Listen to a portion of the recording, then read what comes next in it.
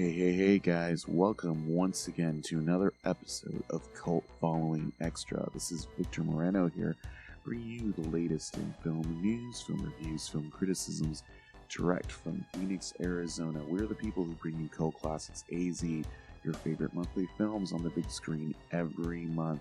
If you're interested in checking out what we're doing, check us out at Cult Classics AZ. This Saturday, February 15th, we are showing Bram Stoker Dracula special Valentine's Day weekend screening. Tickets for that are going fast. We have almost 50 tickets sold. We have a variety of VIP packages left. We invite you to check that out over at cultclassicsaz.com. We're also doing a 90s vintage night market with our Retro Rewind brand at the Thunderbird Lounge on April 5th.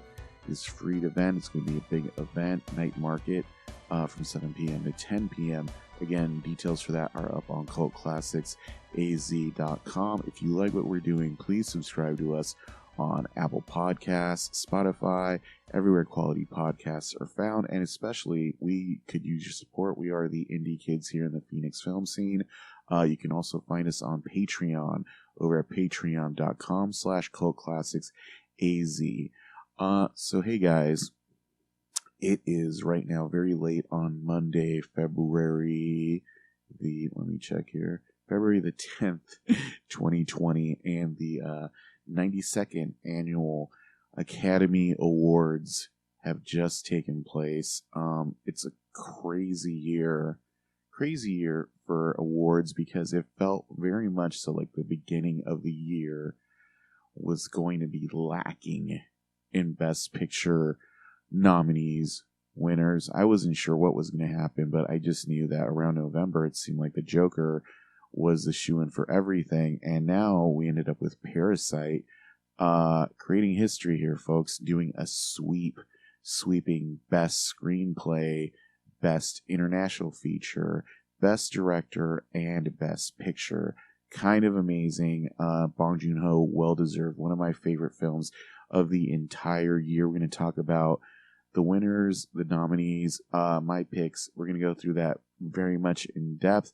We're also going to do a little bit of talking about recent film reviews. We're going to talk about Birds of Prey. We're going to talk about The Lodge. And at the end, we are going to give you a cool bonus for listening to this episode. We're going to have a Q&A with James Gunn and Kurt Russell talking about Big Trouble in Little China, the history, the legacy of Jack Burton, Big Trouble in Little China. This is from Beyond Fest 2016. It is a 40-minute Q&A and interview. James Gunn interviews Kurt Russell, asks him about his career. As far as we can tell, this has never been posted anywhere. We went to Beyond Fest 2016. I taped the interview. So we're going to share it with you guys. It's kind of amazing, and I think it's going to be a cool thing to check out. He talks about the Big Trouble in Little China remake. He talks about The Thing. He talks about his favorite actors. Kurt Russell doing a breakdown of his entire career. So first off, let me just get a few things down.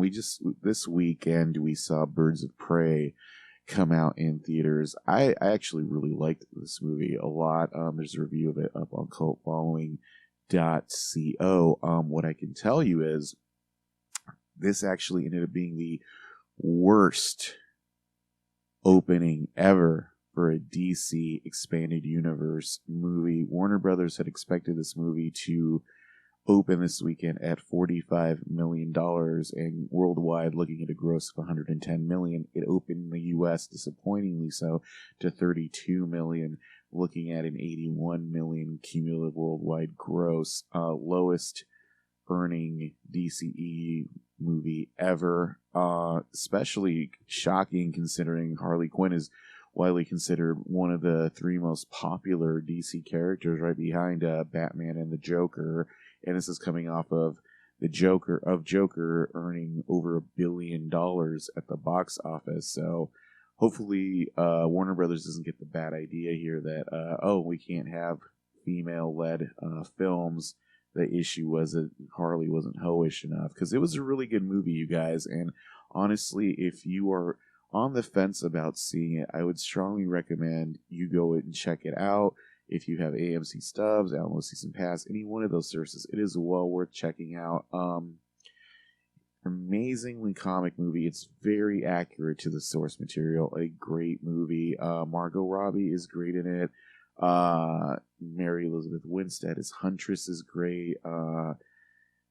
Just I really can't say enough good things about it. Ewan McGregor as Black Mask, doing kind of like this parody of the Jared Leto Joker. It works. It's an R-rated movie. I think honestly, lesson that DC will probably take from this, and it's hopefully they will. And I hate to say it because honestly, Deadpool and Harley Quinn have different demos. I think Harley Quinn is a lot more popular with young girls and teenage girls.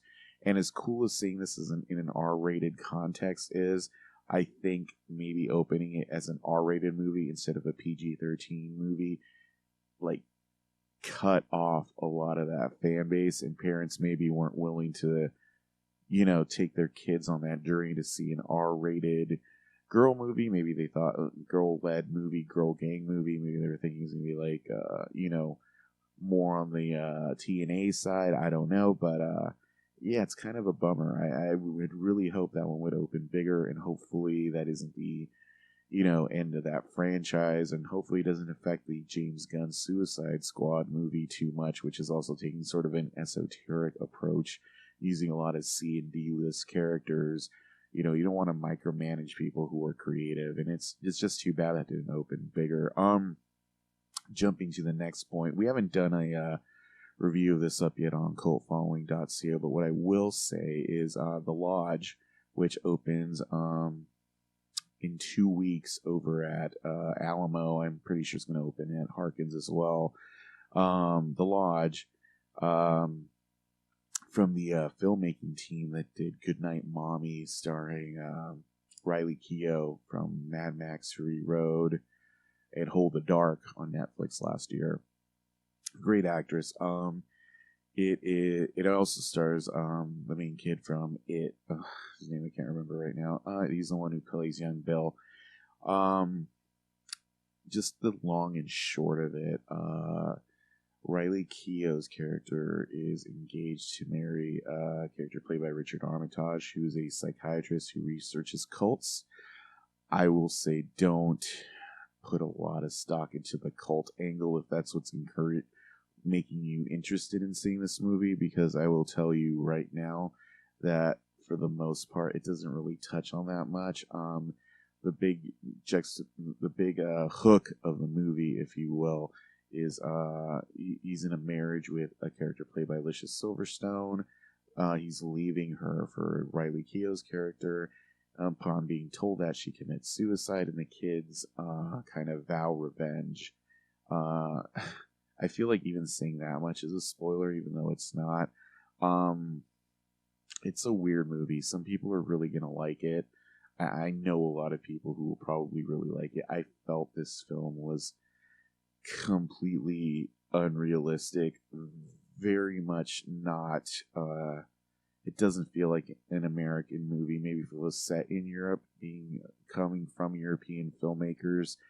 Just there's so much stuff in here that doesn't work for me. I'll get into it more on the actual review. We might be interviewing the filmmakers. I don't know. I haven't really explored that too much yet, but I might, because it might clear up some issues I have with the film. But I will say, at this moment, it's pretty much like a 2-star film for me at best. It's beautifully shot, but just so many missed opportunities. I'll get into it more once we do more of a spoilery review down the line. But yeah, that's pretty much my thoughts on it. So that being said, let me get into my thoughts here on the Academy Awards. I will say this year, for the most part, the best phrasing might be Oscars got it right, because, as far as I know, there's a lot of people who have issues. The wrong people were nominated. So many horror films were snubbed. I will say I would have liked it if Midsommar might have been nominated for Best Production Design, maybe in terms of costume design. I don't think it would have won either of those awards.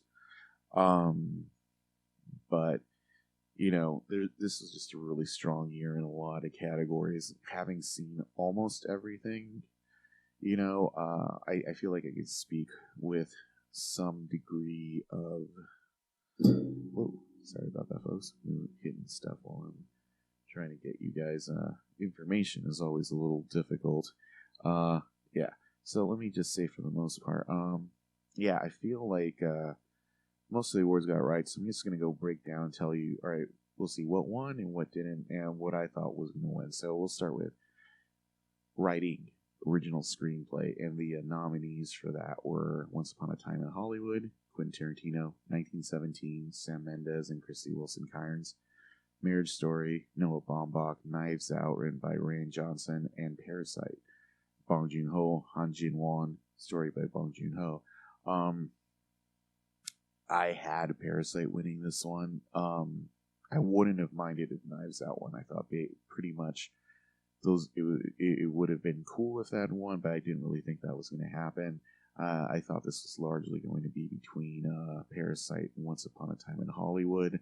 And I figured if Once Upon a Time in Hollywood won, this likely would have been a precursor. Like, we would have known that it wasn't going to win Best Picture. And when Bong Joon-ho won for original screenplay, I thought, oh, well, it's pretty much just going to win this and maybe international feature, and that'll be it.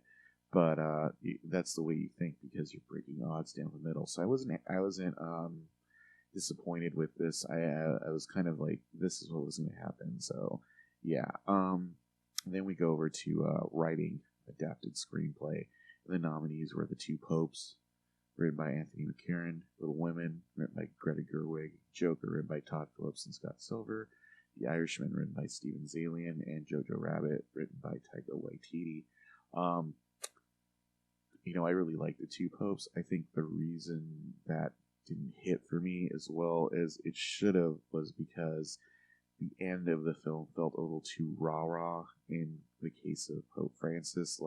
Came from this very strong film about the dynamic between two opposing viewpoints of being kind of this hagiography that was raising up, Pope Francis is the Catholic Obama. I wrote about this on my review on Cult Following Xtra.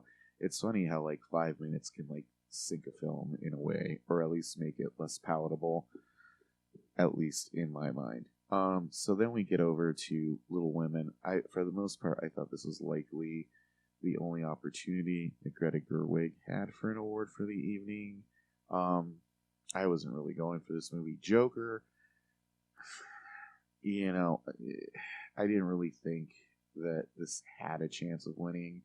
And just because the story, touched on a lot of issues that were problematic and didn't really explore to the best of its ability, mainly mental illness and such.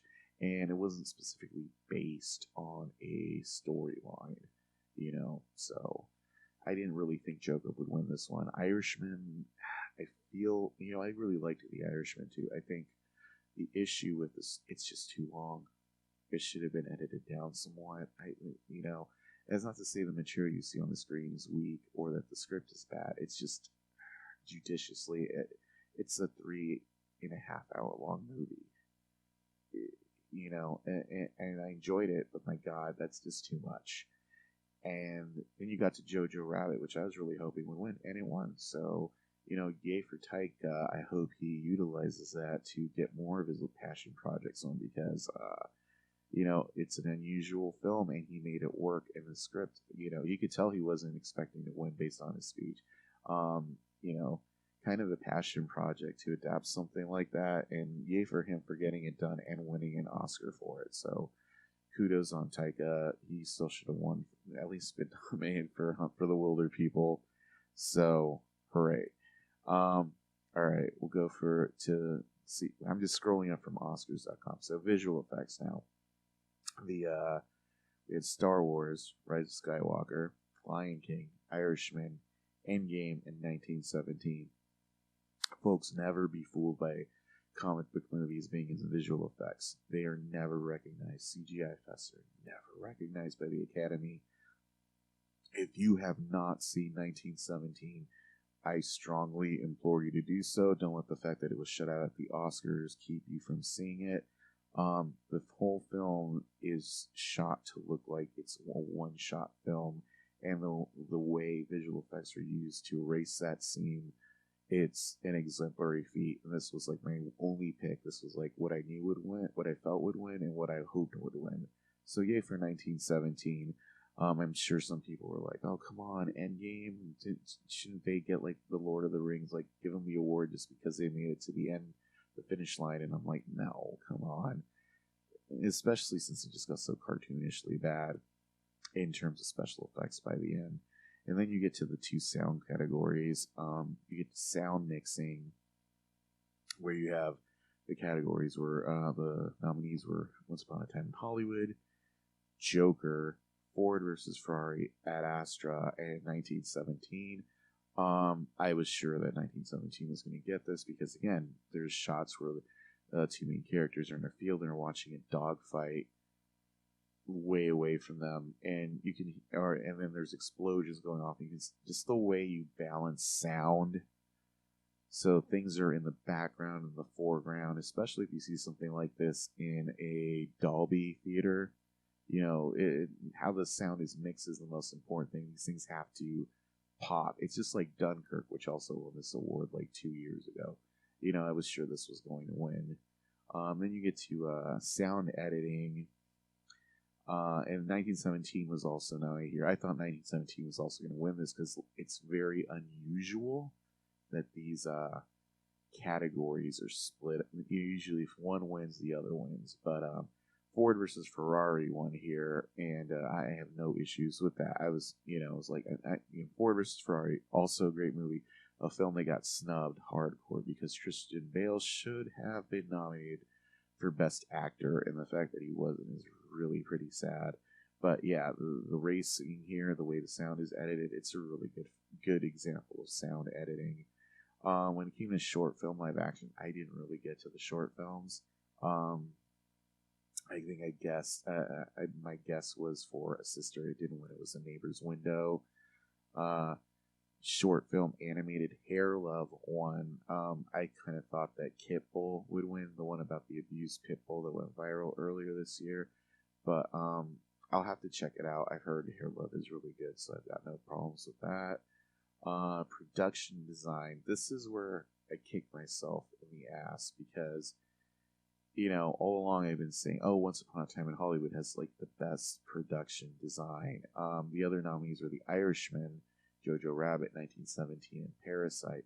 The issue was I'd seen 1917 shortly before the awards ceremony, and the production design in 1917 is also exemplary. I mean, it's really tight, and my thinking was The Irishman and Jojo Rabbit are also period pieces, so I thought they would sort of cancel each other out, but really the production design in Once Upon a Time in Hollywood is exemplary, so they can't really be denied.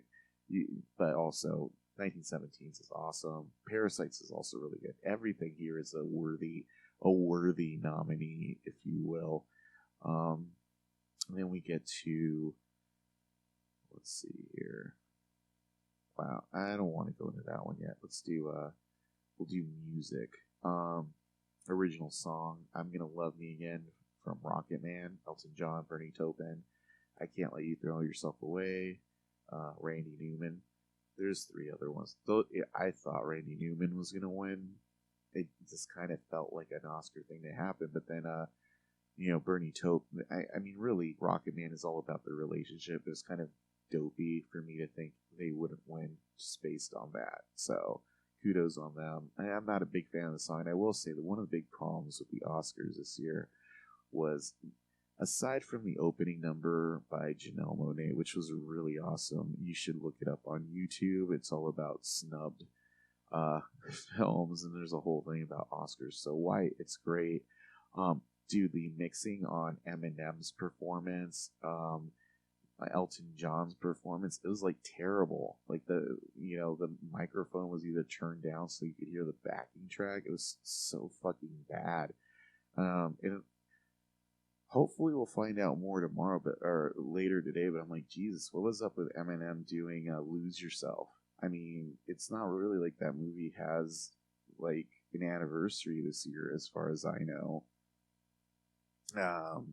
I know he wasn't there when the film was nominated originally, but yeah, it was just like a little like, okay, weird, but it was cool. It was still best part of that whole thing was Dina Menzel just jamming Eminem, so funny. Then we get to music original score. Originally on my Oscar sheet, I had Thomas Newman for 1917 because that movie has an exemplary score and it keeps you on the whole time. And which is funny because the whole year I've been like, no, Hilda Gudendauer has it for Joker. And finally I was like, no, I'm going to go back to my original thought. And thank God because she won. Her speech was great. It's hard for me to think people actually thought Rise of Skywalker had a chance of winning this award for like one of John Williams' most pedestrian scores ever.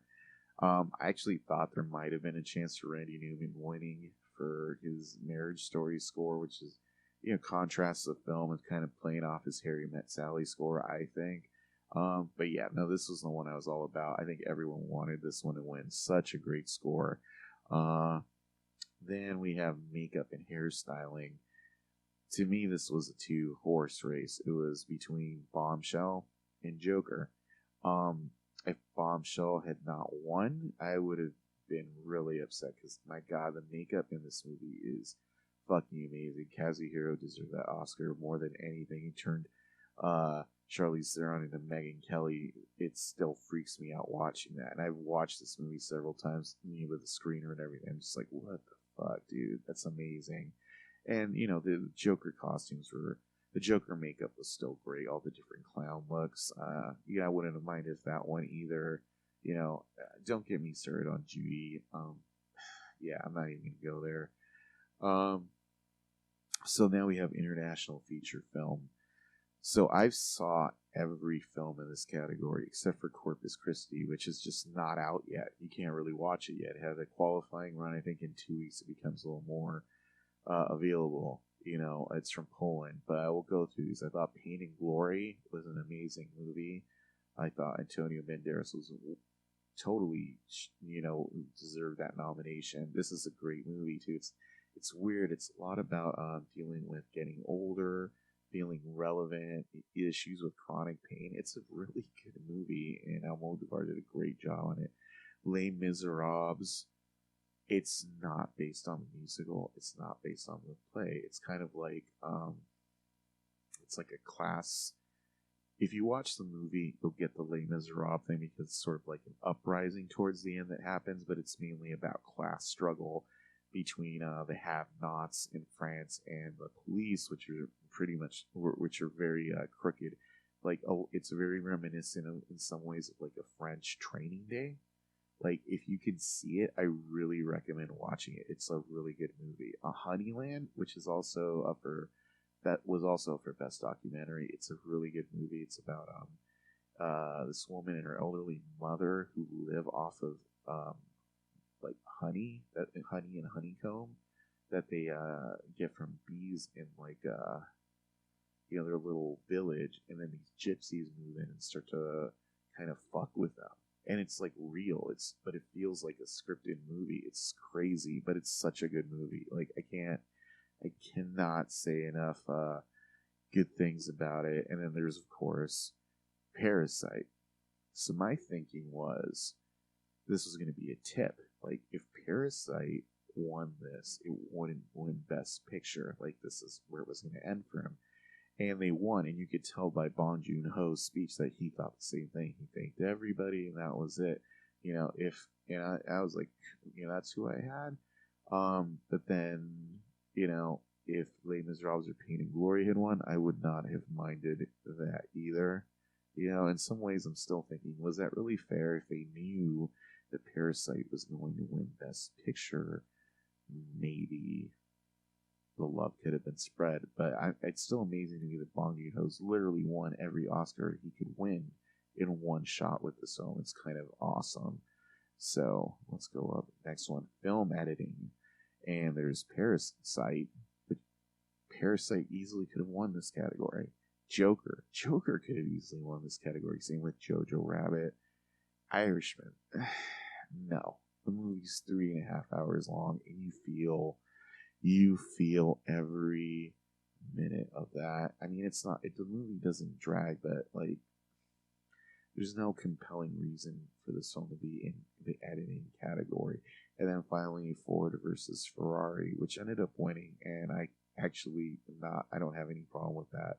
I thought the editing in this movie was great. It made the races very compelling. So that's who I have. That's who won. I'll skip documentary short subject because I didn't really watch any of these either. I guessed learning to skateboard in a war zone if your girl would win, and it won because all the other ones, as far as I know, were kind of downers. So there you go. Sometimes you need a winner. Featured documentary, I had Honeyland, American Factory won. I didn't really get a chance to watch the rest of them. So there you go. Best director. So this was between Quentin Tarantino for Once Upon a Time in Hollywood, Sam Mendes for 1917, Todd Phillips for Joker, Scorsese for Irishman, and Bong Joon-ho for Parasite. I thought Mendes had this. Like, you know, once he didn't win this award, this kind of like threw the rest of my map off. You know, because I thought, you know, Quentin Tarantino I don't think is ever going to win Best Director. Just because of his like history with the DGA. If any movie it was going to happen for him, it would have been this one. It's not going to happen for him. That's just the truth. I didn't think Todd Phillips was going to win for Joker. I thought he might win Best Picture. Irishman, again, I didn't think Scorsese was going to win. Because this is more like, you know, this is more of a performer-driven movie. Like, if anybody had a chance at this, I thought it was going to be Pesci or Pacino, but they canceled each other out for supporting actor. I'll just go into that really quick. I am pretty sure everybody had Brad Pitt winning that. It was either that or Pesci. And I'm glad that Brad Pitt won. Although if Joe Pesci would have won, I would have been totally fine with that as well. But he won for, I'm pretty sure he won for either Casino or Goodfellas, so I'm sure that's how they looked at it too. But yeah, Bong Joon-ho won for Parasite, and I was like, well, this is anybody's game now. Let's see, costume design. You know, I really thought Joker or Once Upon a Time in Hollywood would have had this. I think Irishman and Hollywood kind of like killed each other off. Jojo Rabbit's costume design was really important to that overall plot of the film. So I was actually really surprised when it didn't win. And I think now I've just come to, whatever costume design comes up, if it's like an elaborate like dresses or something, that's what's going to win, because the costume designers vote on this, and they vote just like the Phantom Thread one. You know, it's like, okay, they're just voting on what's the most difficult thing to make, and that's fine. I'll just learn my lesson, and I'm never going to vote for an interesting thing here. Cinematography. You know, I don't think Jared Blash for The Lighthouse had a snowball's chance in hell at winning this category. The whole movie's in 4:3. Sure, you could say there's issues with filming in black and white, but I really don't. Considering how many films are post-converted to black and white at this point badly, you know, I feel like maybe this is the only thing it could have really had. And there's like Irishman, no. Joker had some beautiful shots. I thought they might have had a chance for a second, but this was Roger Deakins to lose, and he went for Dunkirk. He wasn't going to lose this one. Animated feature film. I wouldn't have minded if Klaus won. Klaus is amazing. You should watch it on Netflix. Toy Story 4 won, and I'm totally fine with that. Everything else is, you know, I Lost My Body, I Lost My Body, Missing Link, and How to Train Your Dragon. It's front of the mill, kind of. Best Supporting Actress. So, I will say here that I very, very much thought that Laura Dern would win this, and of course she did. And I think Kathy Bates should not have been nominated for Best Supporting Actress. I think ScarJo being nominated in both these categories kind of sunk her, and that's why she didn't win Best Actress. But yeah, and Margot Robbie, like, she's gonna win an Oscar someday. It ain't for this. Ditto Florence Pugh, so good for them. I do think Laura Dern was the best, and she was great in that movie, so yay for her. Actress in a leading role. You know, this is like Renee Zellweger for, throwing herself into a movie that's not really that great otherwise. I would have liked Scarjo to win. Like, I think her being in both categories is what kept her from winning, and I honestly feel she was robbed. This is the main snub overall. We talked to Rich and other people say, oh, Cynthia Erivo and Harriet is basically a TV role. She'll win for something else. She's a great actress. Saoirse Ronan, again, something else. I really, she was getting nominated for being in Greta Gerwig movies, but they really did do nothing for me. I didn't like her in Lady Bird. Maybe down the line, who knows? Charlize Theron, she was the best thing about this movie, which is largely forgettable. I think the big problem with her in this movie is done in a Big Short kind of way where she's explaining to you breaking the fourth wall, and aside from, she does feel like the most lived in character, but overall the rest of the film is really ganky. It's kind of like that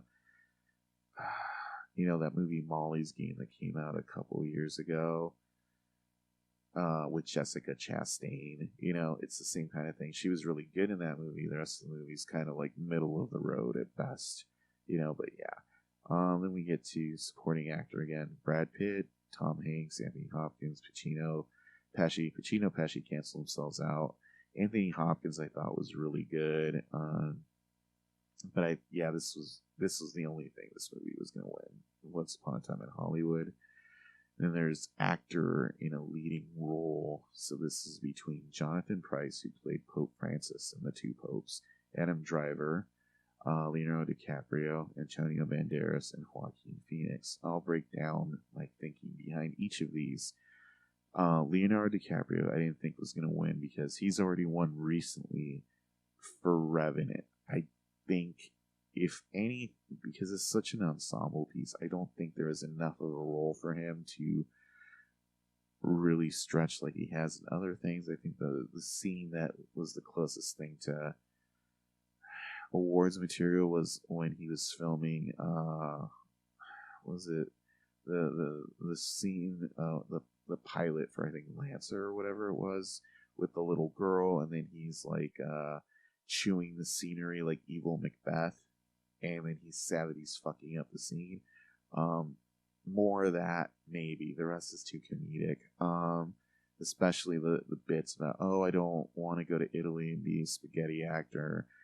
I'll go to Jonathan Pryce next. He was really good. I didn't even know he could speak Spanish. And I'll take it a different way too.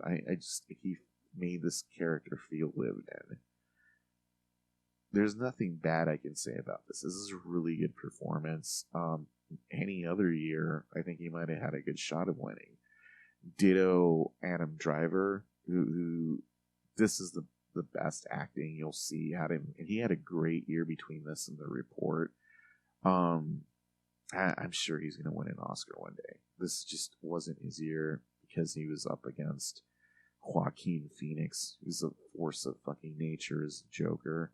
And Antonio Banderas, I don't want to underpin him. He would have been my favorite in any other scenario. He's so great in that movie. It's got like a lot of juicy bits for an actor to play. I feel like the thing that might have undone him was the fact that it was a foreign language film. That's what I thought. Not tipping my hand yet, but he was great in this movie. You should honestly seek this movie out and watch it if you haven't seen it. But then it comes down to Joaquin Phoenix, and if Renee Zellweger was going to win for Judy, then Joaquin Phoenix is going to win for Joker. And I'll tell you right now, it's hard to go up against this performance and say he didn't throw himself into it 100%. This is like a machinist Bale kind of thing. I honestly feel that they should open up this category a little bit more, because I think Christian Bale, honestly, I feel like Christian Bale should have been nominated over Leonardo DiCaprio. Out of these five, that's the one that probably least deserves to be in here. I feel like it wasn't, well, he won before, but I do feel like Christian Bale was like hardcore snub. And I didn't touch on this in Best Actress. You know, people keep saying, "Oh, you know, Lupita Nyong'o should have been nominated for Us," and I've had this argument with a lot of people. Dude, I love Get Out. Get Out was one of my favorite movies. It still is. I have the poster up in our house. I really wanted to like Us. I love doppelganger horror films. And I just honestly think this movie didn't offer Lupita Nyong'o enough to do. And I'm going to say this. She's playing two roles in this film, right? So role number one, the anxious housewife, does nothing to impress me in that film. She doesn't want to go to Santa Cruz, and the whole time she's just way too anxious about it, to the point where I feel anybody in the right mind would have said, "All right, let's not go to Santa Cruz. Fuck it." You know, she's just way too hyper about it. And then there's role number two, Tethered Red, who's very much like, "You came, it's across America." You know, and yeah, there's tightly measured movements. I think the more challenging role, you know, probably was regular Adelaide, not Red, because Red is really affected. And I have it on Blu-ray. I've seen all the behind-the-scenes stuff. I'm sure it was fun for her to play. I'm sure there's a degree of technicality needed there. Do I think she should have been nominated? You know, I feel like Renee Zellweger was already nominated for doing a good job in a bad movie. I feel like it sets a bad precedent to kind of do that multiple times. Mic drop. That's the truth right there. Not to hate on Jordan Peele. I'm sure he's going to do great stuff in the future, but you're only going to give so many tour de force performances in not shitty movies, not great movies, the nod, you know? So maybe that's it. I don't know. Like I said, it just didn't speak to me. If anything, hell, I would have given it to Florence Pugh for Midsummer, which I feel showed a lot more growth and a lot more sticks with you more, at least for me personally. But yeah, so we've got through all of them. Let me just go to Best Picture, because that was way earlier on and I didn't want to spoil that one. So nominees for Best Picture are Once Upon a Time in Hollywood, 1917, Marriage Story, Little Women, Joker, Jojo Rabbit, The Irishman, Ford vs. Ferrari, Parasite.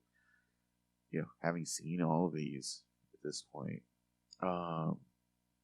you know, you can make cases. I didn't think Little Women had a case at all here. I thought it had less of a case because the only producer behind it was Amy Pascal, and people are kind of loath to reward studio heads with Oscars. That's just the truth right there.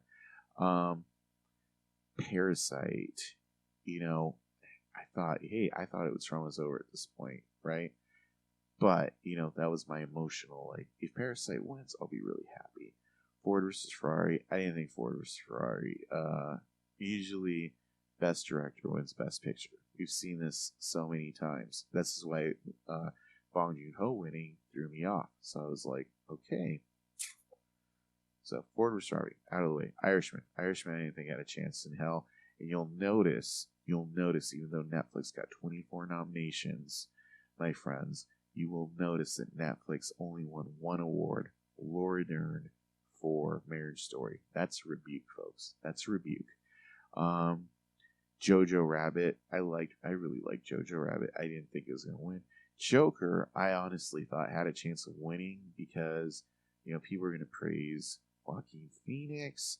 I felt like it had enough buzz that it was going to win by maybe the votes tallied up, all the guys on top killed each other off, and it was going to kind of be the middle of the pack winner. I feel like that's what happened with our Critics' Choice Awards for Phoenix Film Critics Society, you know, and that's why Joker won this year and why Green Book won last year. So I was thinking, well, Green Book won last year, maybe Joker will win this year, you know. And then Marriage Story, again, I didn't think this was going to win. Netflix movie, 1917, I thought, well, maybe this is the only thing it's going to get beyond that technical award.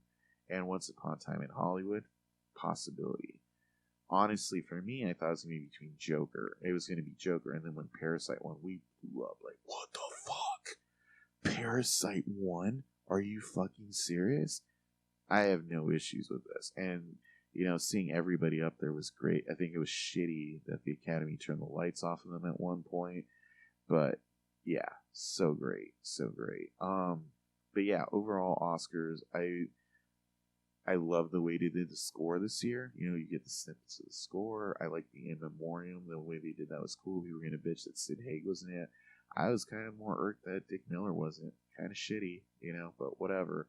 It's like a lot of people don't watch the Oscars. They don't get it. Has to recognize tons of people from all the different guilds, costume designer guild, editor guild, all these people who died.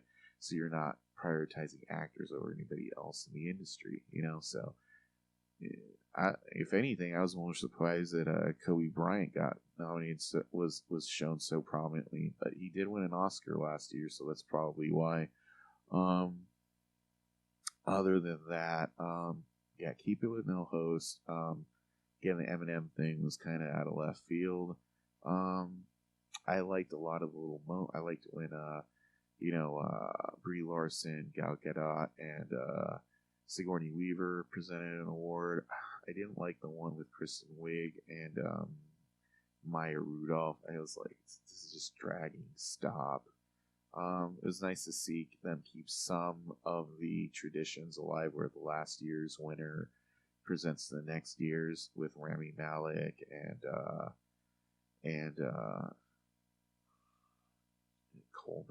Olivia Colman presenting for Best Actor and Actress. But yeah, weird to have a year without a Yorgos Lanthimos movie up there.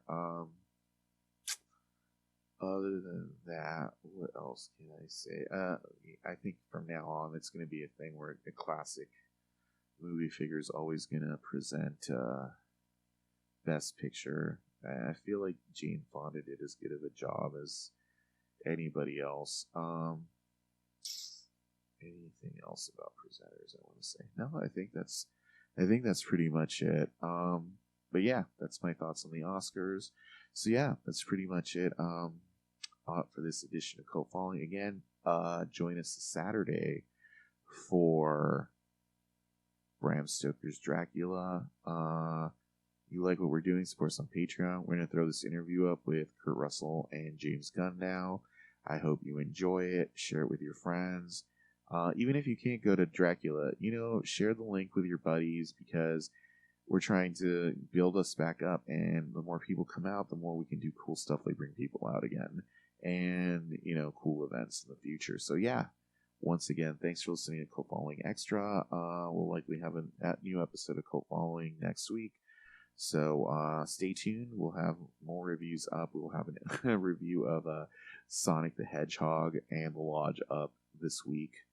Yeah, I saw Sonic the Hedgehog, guys. And I will give you a review of that. You may be surprised. Until next time, this is Victor Moreno with Cult Following Extra.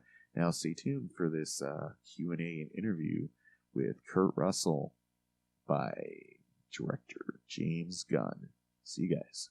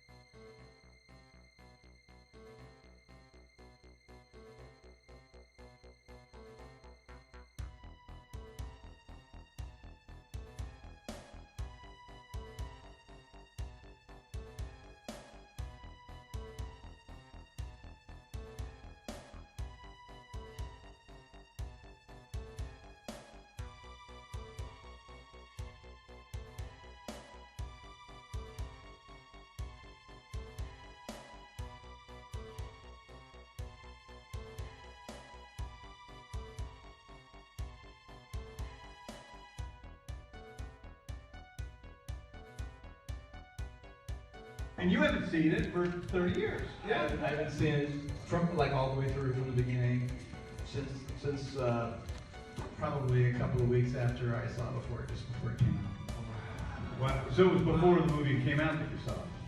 Oh, it was an interesting screening. Yeah. How was it different from the screening tonight? We went I remember John and I together went to the 20th Century Fox to see the screening that the studio guys, and I'll just say it now, studio head, was gonna, watch the movie. And it's kind of hard when you watch this movie now to, understand that when we were making it, we were having a ball, and we thought it was really funny. I thought it was a really, the character, I've read a lot of things about what people say about it. The character wasn't really written exactly the way I played it. And sometimes when you're, it is when you kind of find your way. So that was what I found my way to. So John was cool with it, and that's all that mattered to me. And then now we come to watch the screening, and the lights come, the kind of lights come up a little bit, and it's kind of quiet. And this guy stands up and he says, I don't get it. I mean, honestly, come on, the Kurt Russell character is not that good at what he does. And John and I looked at each other and said, he got it. He just doesn't like it very much. And experienced a strange trail after that. And you told me that it felt so good, just 2 seconds ago you told me this, that it felt so good to watch everybody laughing so hard at the end when he says, that's 30 years coming. And then he says no, because that was a big problem back at the time. Right? It was the nail in the coffin. It was just cool for school. It was literally terminally hip. I mean, I learned a lot about screenplays at that point. And it was terminally hip. It just was, you sound like an idiot when you say, well, we were just way ahead of everybody. We were way the fuck ahead of everybody.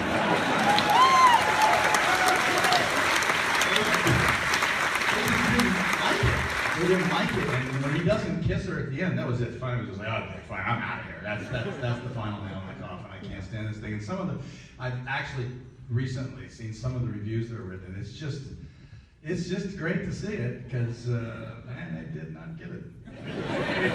The movie was not successful when it went into theaters. Yeah. Well, it was a strange campaign, to say the least, and that's a whole story in and of itself. And I never could figure that out. And I heard different stories. Who cares? Ifs, ands, and Peter Pans. But you couldn't find where that movie was 3 days before it came out. And I think it did $2 million. It was 12th on opening weekend. Wow. And I think it did $11 million total.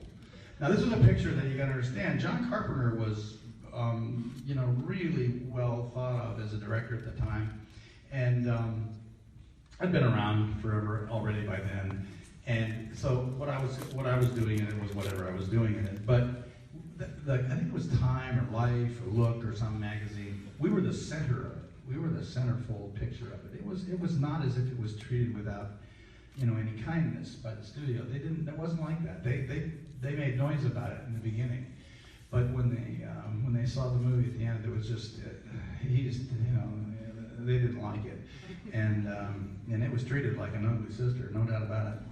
I mean, there is a part of the film that's batshit crazy, and it's in a good way. It's very enjoyable, but I can see where just your average theater goer in 1986 was going to go, what the fuck is that? But see, eyes on that didn't happen, because when they screened it, you know how they do and the numbers were great.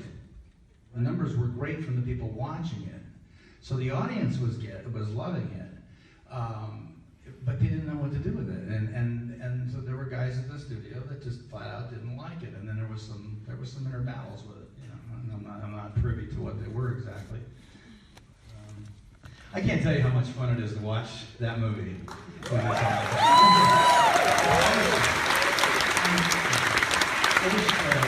hope John Carpenter does that sometime. And I know. Because I haven't seen John for a while. But it's all John. That's just all John. If you like that movie, and if you have as much fun with you as you did, it's all John. We had a great relationship in that we would, like you and I did. I think you and I had a great working relationship. Absolutely. And I call working with Kurt is like wrestling a playful bear for 5 months. Because he's so, and this is absolutely true. Is you get a chance to work with somebody who to me is an icon like Kurt, and you get to go out there. You start to prep the film, and you have conversations, and then you start to actually film, and you get afraid that it's a guy who's been acting for a while and is getting a paycheck, doesn't really give a shit. But with Kurt, it's the exact opposite of that. He gives you everything, and it was a great honor and fun to work with you, and you challenged me every step of the way in the best way. It's funny because it doesn't feel like that. You know what I mean? It doesn't feel like I'm challenging you. Yeah, well, you challenge. A good time. I boss everybody around so much that. I know what you're doing. So but it really is. It's so fun working with you, but the joy that you show up with on set every day, which is more joy than I show up on. When the director really truly has the vision of what they want to do, then that's always exciting to me to be able to just show up every day and try to, what can I do to maybe enhance that? How can we make it better? And I had that relationship with John. We had a lot of that in this movie because Jack Burton was a rough character. He wasn't on paper. He's not like that. He was just sort of. You were going to have to figure out what he's going to do. For instance, in the last fight scene, I actually had taken karate for 4 or 5 years and had worked with. Sounds good. That's a monster in the back of the truck coming in. I had worked with John on Elvis, and one of the things I had to do in the interview was do some karate. And so I knew karate, but it just wasn't right for Jack to do that. So I had to think of things, we had to come up with stuff, think of things that were right for Jack. And it was hard, trying to come up with stuff. And like that, the gun thing was like... I was telling him, the shooting the ceiling gag is the funniest thing. John was excited about that. Yeah. I said, I know the first one I can do. You get all fired up and bang, hit the ground. That takes care of 2 minutes. The big guy on me, I can get in that position where he just can't move. Okay, that's another 2 minutes. Yeah. And then things happen around him. But we got away with it, and it all fit. It's just so much fun to see some of those lines and remember how we found them, and some of them that were there, how we chose to play them, and I also get a great pleasure out of seeing all those actors. I think the actors in this movie are terrific. They had to hold up a great energy all the way through it, and it's very strange. It must have been a little unusual. It would be unusual today, frankly, and unusual at that time, that you're working with a cast of primarily Asian American actors, yeah? Yeah, it's funny. I didn't really think about that at the time. I don't know. I just didn't. I never thought about it. It was like, yeah, this is Big Trouble in Little China, and had all the karate guys, and they were fantastic. And then when the movie came out, there was a little grief about that, some kind of thing, and I thought, okay, I don't get that either. It's funny when you do a movie and it's all in fun, and you're having a good time with Asian people who are working on the show. They couldn't understand either what the beef was about. Of course, it was silly. It didn't really go anywhere. I just read recently something about that. It was at Comic-Con, and they said that Big Trouble at the time was there was a racial question about it, and Which is very strange to me because there's so much Hong Kong cinema in the film. It was a tribute to it. That's John bringing it to America. Which is really more so, because I always think of The Matrix as being the movie that really brought Hong Kong cinema into the United States, because I grew up as a Hong Kong film fanatic. But it really is this movie that took that aesthetic from that time and all those guys, the States and the people. Those are all Jeff and Mata and all those guys. And I like that the character of Jack Burton is the guy who does everything wrong except for the one time it really matters. He gets it right. The thing about it was that I remember I don't usually write notes in my script, but I had one on that one. It was like, and the note was, to me, he was a cross visually and audio. He was a cross between Jack Nicholson and John Wayne and me. And I thought that he was such a good-hearted guy. He was always there for everything. But it was really true that last, sooner or later, I rubbed everybody the wrong way. You had to be that guy too. So I gotta say that he's one of my favorite characters. He's a goofy guy. Can we take some questions from the audience? Is that what we're doing? Yeah, we are. We're doing that. So let's go ahead. Yeah, you sir, right here. I like your chemistry so much with Mike. It came off really well in the movie. Was it like that off screen as well? Yeah, I mean, he's just a great guy. I think that, this was one of the first times that I could think of where just in doing it and having fun with John and the gang, Jack on page was the lead.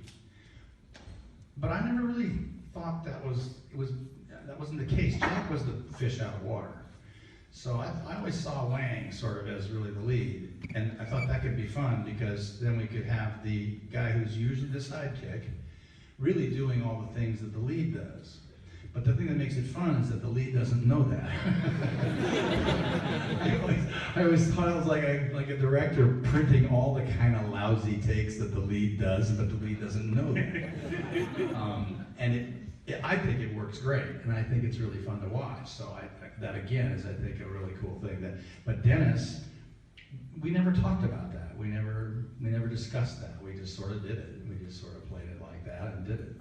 What is one of the things, being a fan of some of your other movies with Carpenter's, there's a big difference between this movie, Escape from New York, this is Elvis, The Thing. What is it that, were the processes different? Were they very similar, just resulting in different movies? Or did you do something different every time? Well, it was always, for me, it was always about John and what he had on his plate.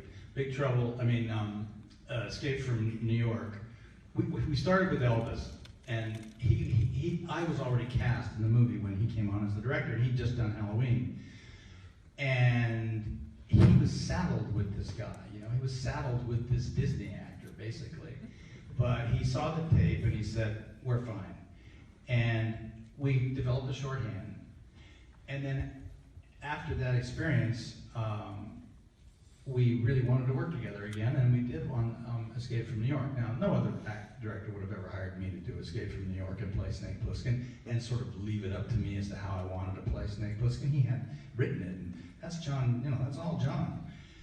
So he didn't have a lot on his plate other than the fact that he hadn't done a lot of movies then. So when he got to Big Trouble in Little China, as you know, that's a big number there. That's a very big number. And so in that regard, things were slightly different. But he and Larry Franco and Deborah Hill, they always just sort of, and Dean Cundy, and all the gang, all the crew, they just, I don't know, it didn't seem like it was ever that hard. We just were having fun. We were having a good time. Cool. All right, let's see. Let's go over there. That's you. That's right. Like so many of us here, we're big fans of your work with John Carpenter, so I want you to clear up something that's been bugging me for years. Was They Live supposed to be your role? No, it was something that John talked to me about, though. And, John and I talked to each other about different projects, and there were things that we did. There were the 5 that we did together, and then there were 3 or 4 that we didn't do. And that was one that we didn't do. And I don't remember the conversation about it. It wasn't much. For some reason, it was just kind of quickly. I don't think I was real interested in it. He said, "Are you interested?" I said, yeah, kind of. But the thing, I actually spent a lot of time with John at his house, and we talked some about guys who would be good for the lead in The Thing. And he started work on that. And then the next thing I knew, and I can't remember how that happened or what the story was, but the next thing I knew, John was coming to me to see if I wanted to play that guy. McCready, and I said, yeah, I think that'd be. I didn't even think about that. We talked about it while he was writing the script and working on the script and stuff. And anyway, it was something that we had talked about other guys, and never really talked about me. And then said, sure, why not? Then I go to wardrobe, and they've already been shooting, some stuff in Alaska.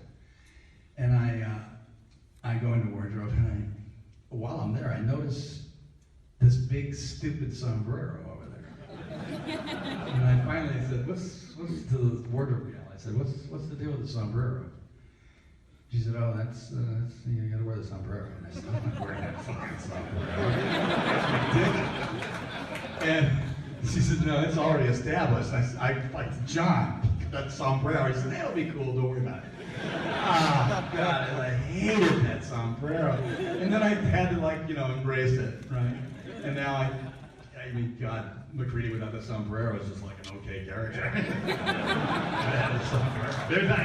I don't know, I never told you this. In my movie Slither, one of the main characters is a guy by the name, is played by Greg Henry. And it's a Mayor Jack McCready, who's named after, in honor of your character in the thing. All right, next. Right back there, this big guy, yeah. What was your favorite part of filming the movie? I want to try to answer you honestly.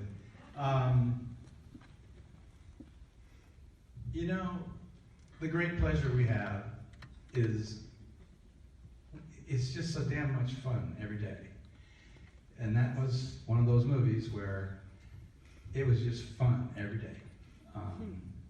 I was always going to see something cool, was always going to get to do something cool. I loved working with John. We were great friends. Larry Franco's my brother-in-law. We worked every day. I knew all the crew guys knew me. All the actors were friendly, and the dialogue was fun to play. I just say the day-to-day, just the day-to-day of working and doing. Funny thing, when you're working, you don't know if you're doing any good or not. You just go out there and try to make something tangible that doesn't exist at the beginning of the day. And the process is, I can't imagine anything more fun. Can you? I mean, there's nothing. Oh, I can imagine. I'm totally opposite. I can imagine a lot of people. It's a different job. He comes in every day. He's so excited. He's like, I love this even more than ever. And I'm like, okay.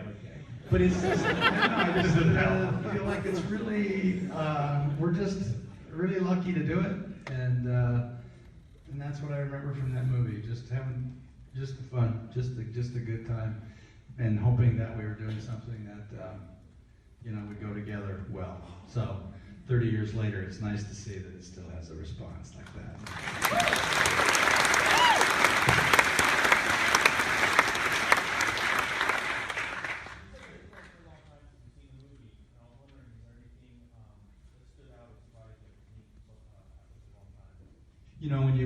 When you take a lot of time off of something and you see it fresh, it has no pressure. I mean, I'm coming here tonight to take a bow. Gee, that's a tough one. It's not like going to a movie that's going to be shown for the first time. And I don't get very nervous about stuff. I don't feel that way about it. But in the back of your head, you're still saying, I wonder how they're going to respond to it.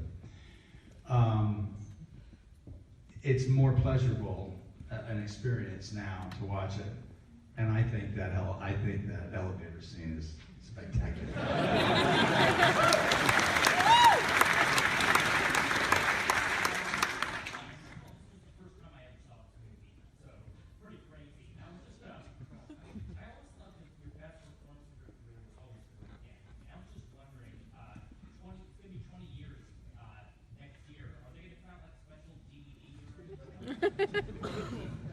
Oh, I'm pretty sure they are. I have no idea. I like breakdown shit. I have no idea. No, but I had a run of movies that, like this one, where like The Thing was not, when it came out, it was not popular. Which to me is one of the three greatest movies of all time.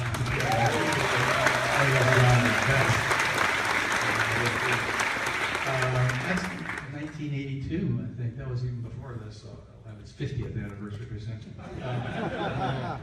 No, I like Breakdown. I think that's a good movie. The movies, I think it's fun to kind of, after all the years have gone by, to sort of be able to look back. And I was listening to you guys. I was back there listening to you guys talk about movies that I had done and that John had done, And that's a fun thing, to sit there and listen to that and say, yeah, oh, I forgot about that. You said like John Carpenter was like responsible for everything that happened. Like, that's obviously not true because you brought so much to that character. And I would say that's maybe one of the characters that I think of in film that no other human being on Earth or ever would ever be able to play that in the way that you. Well, thank you. Yeah. Okay, talking. I think the question is, you said it's so different on the page, and so different for you. So what drew you to it, and how did you come to the conversation of doing it? That's a good question, and I don't really know. I mean, you never do, though, or I don't. James, when we worked together just recently on the Guardians of the Galaxy, James had written a character that's, obviously he's got it in his head. Now he picks Kurt Russell to do it. It's always fascinating to me how the director has the guts to do that. As a director, I would never have the guts to do that. I don't care if it's Marlon Brando. I'd say, bring him in, I want to hear him read it. I want to see what he's going to do. And yet, I think that's a special talent that some directors have, is to be able to sit there and relax enough to be able to watch the actor bring in what they bring in, and then you give them the opportunity to kind of, with you, begin to find the role. And that's always the way, I guess that's really all the way, it's most of the time when it's good, it's done that way, I think. And John was like that with me. He just would let me feel my way through it, and he had great trust in me. I don't know why. I mean, he had great belief in me, and I don't know why, but he did. And he was like, and when I do something, I suppose you do look to Dad for an okay, okay, Dad, And when you get that reassurance from the director that, yep, that's what I like, that's great, keep going there. I suppose there's more of that than I can think of. But when you read a script, I'm reading one right now. You can't help but start to do it. You just start to see it. And Jack Burton there was this guy, did this movie one time, doing a 3-parter thing, Disney thing in Ireland. I won't say the actor's name because he's a really nice guy. But this is what he did. One day my dad and I are sitting on top of this knoll in Ireland with this guy, and he was this kind of guy. And we're talking along, bam! Look down there, and this car accident right down there, right? 100 feet from us. So we're kind of looking at it, and it's not a bad accident, but it's a bad. So I said, I'm gonna, see what's going on. And I get about 50 feet, and this guy says, hey, Kurt, I think it's a Volkswagen and a station wagon.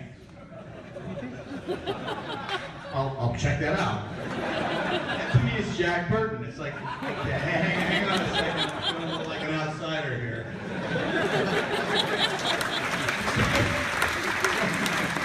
I started to read those lines. I started to feel like that guy. And I'm sorry, but John Wayne always kind of struck me that way. Just a little bit of like, she's, so verboten. It's like, I always kind of wanted somebody to say, who the fuck asked you, man? Woman weird on the China shop. And Jack Nicholson had a sort of a way about him that, he had that thing, And I thought that there was a combination there, and so that's what I started to see when I was reading it. And I agree with you. I don't think anybody else would have played it that way. Now, having said that, there have been many early roles that I ended up not doing it, somebody else did, and boy, it's a good thing they did it, because I don't think it would have been good with me. You did a thing, I think this is not betraying too much on either of our parts, but you did a thing with us, because we offered the role to you. I thought that you would do an amazing job, but you did something that inspires a lot of confidence, which is, you came back and you said, I love the script, I love the character, I have to think about it. I'm not sure this is the right thing. I'm not sure I can kill, I want to kill it. You got to kill it. It's a big role in the movie. And I want to kill this. And I know if I don't kill this, the movie's going to be really hurt by it. And strangely enough, for me, that made me feel good. You're a guy who's been around a long time. You get offered a lot of roles. You say no to more than you say yes to. And there's one of the reasons why you've been around for so long is being able to choose the right roles for yourself. And so for me, that was something that if you said no, I was going to be okay, because I was going to be like, he doesn't think he's going to kill it. And if you said yes, it also made me walk on the set, day one, and be like, which by then we had spent a lot more time together, but be really, comfortable that we were going to find something great there. It's true. I mean, I think that, it's acting stuff, but if you don't, I don't know why I'd want to go to work if I don't think I'm going to wipe it out. Just kill it. I mean, I'm going to center punch this thing, and we're going to have some fun with it. If I didn't feel that way, I get the idea of taking a challenge, but it seems to me, and it would be no different as a director, would it be, if you say, yeah, that's a good thing to do, and that'd be very challenging to do. I'm just not sure I know how to do it. If I kept feeling that way about it, I'd say, guys, I think I'm the wrong guy. Yeah, all the time people say, why don't you want to do this movie? Why don't you want to do that? It's like, my talents are actually very, very narrow. What I'm good at is not everything, it's a specific thing. So I don't want to do every single franchise movie that comes along, no matter how big it is. What else we got? This guy first, he seems more exuberant. I don't know, he just seems better than you. I don't know what it is. He's got nice blonde hair. All right. Did you have as much room with John to work through McCready and twist in?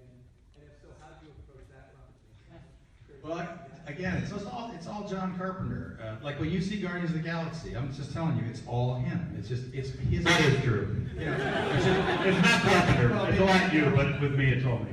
And yes, they hire people. Yes, they're going to do what they do, but they say cut, and then they come over and talk to you about it. What I mean by that is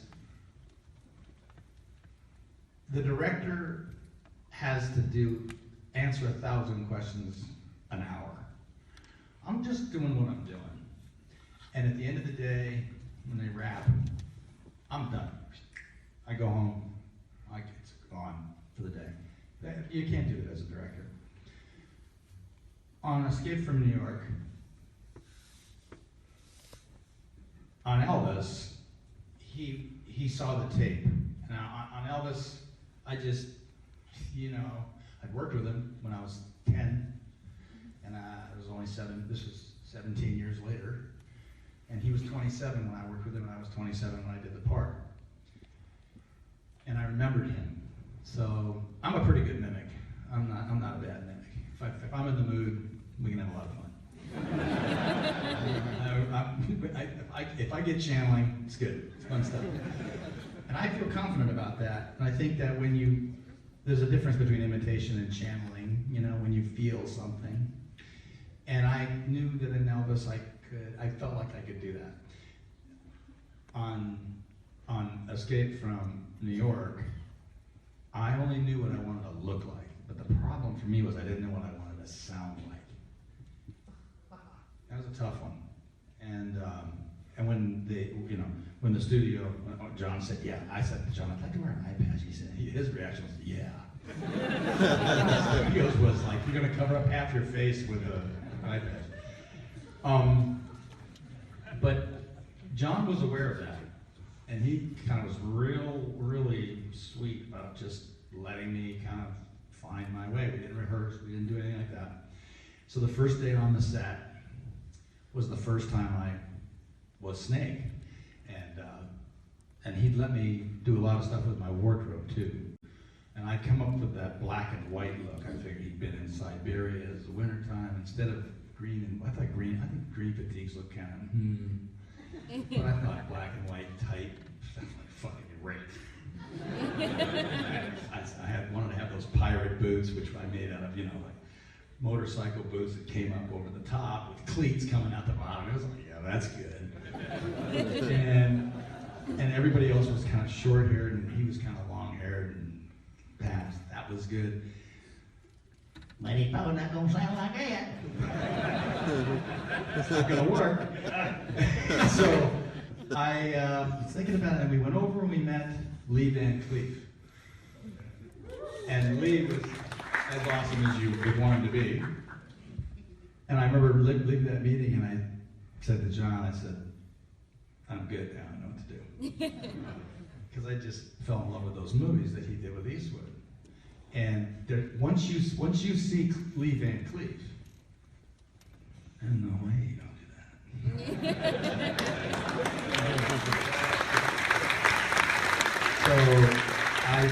So the first day of shooting with John on that, we were in this trains thing, and I turned to this character and I say, congratulations, you're a millionaire. and the whole thing goes in, and he goes, God, he goes, this fucking character's gonna be great!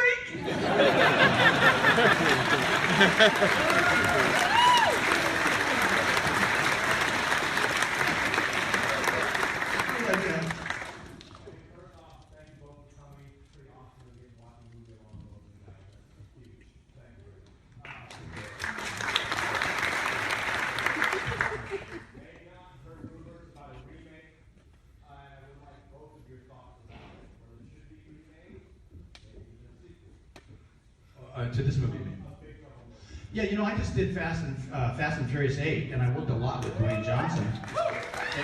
It's a lot of fun doing that show, and you know, it's really weird. I had heard that Dwayne would be doing this thing.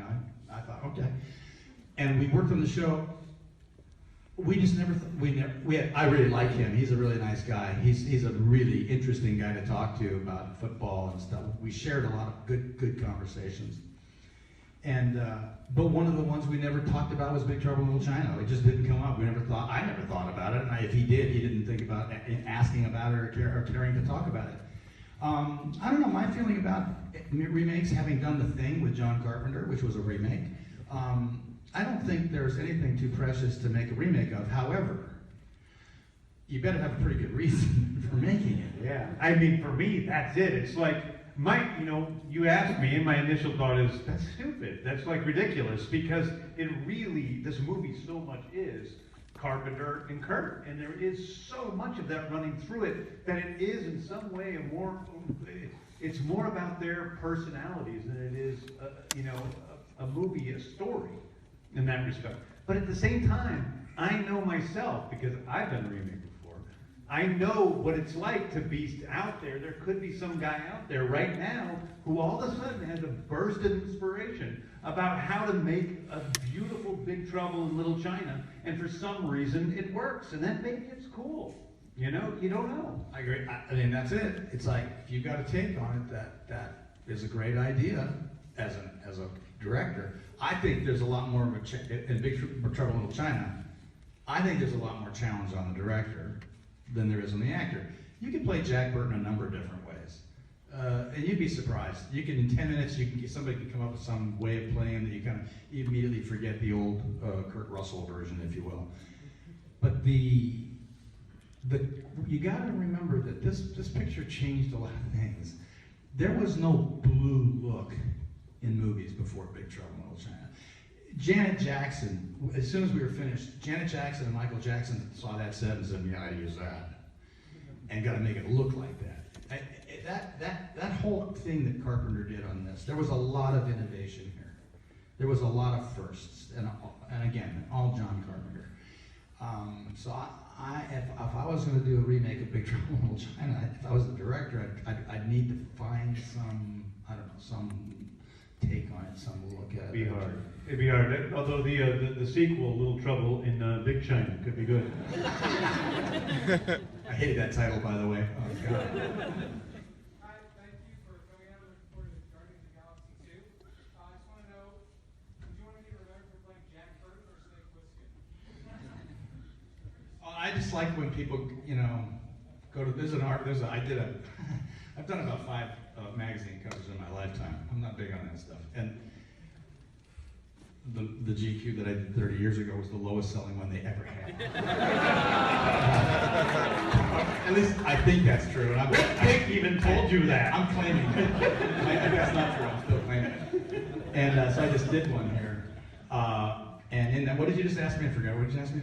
I do that all the time. You know, I just like making movies and making characters. I think it's really cool when you're given the opportunity to make not just a memorable character, but perhaps an iconic one. And I'm humble, but only to a certain point. And I just think that I was given the opportunity to play some characters that 100 years from now, you're still gonna be able to watch them and go, that fucking guy, I knew what time it was.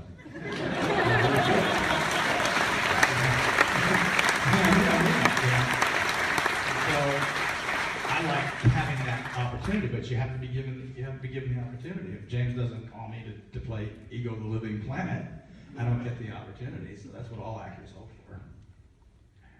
Yeah. I'm getting some fingers over here, some rolling up fingers. So we've gone a half an hour long. Aren't we having fun? So let's take one more question. It better be good. If it's not good, we're gonna boo the person. Pick the guy who came Oh, that's the guy that came from Australia, right? Yeah, that dude from Australia. What do you got? It better be good. Yeah, so bear with me if I have been waiting 40 hours. I love disclaimers. Not a good sign so far, Australia too.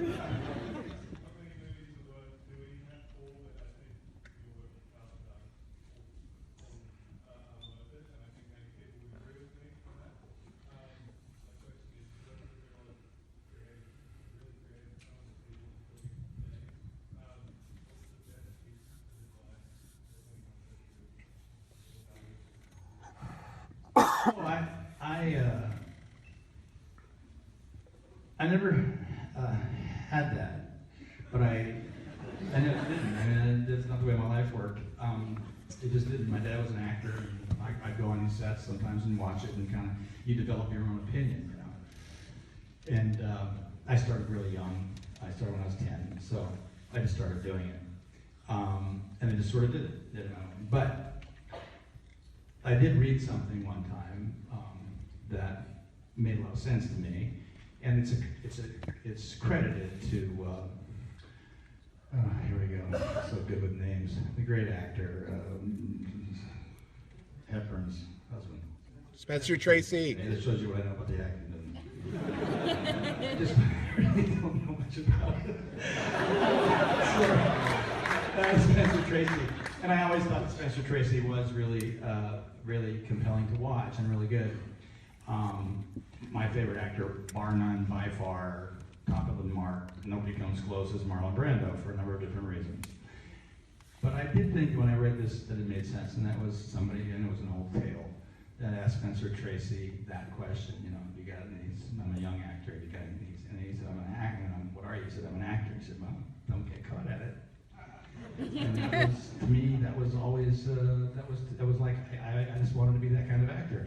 And when I watched that, it's tough to catch me acting up there. It's pretty much Jack Burton. And he's pretty true. Every moment is pretty true. There's only a couple times where you can say, it's a little cheesy. But most of the time it's like he's in the moment. He's in the moment. He's in the moment. So I would say that. Stay in the moment and don't act. Just be the person. Just be the character. Find the character. You see your friends, you see other people out there walking down the street. They got a thing. Adopt that, get that, feel what they're feeling, and then you don't have to be caught acting. That's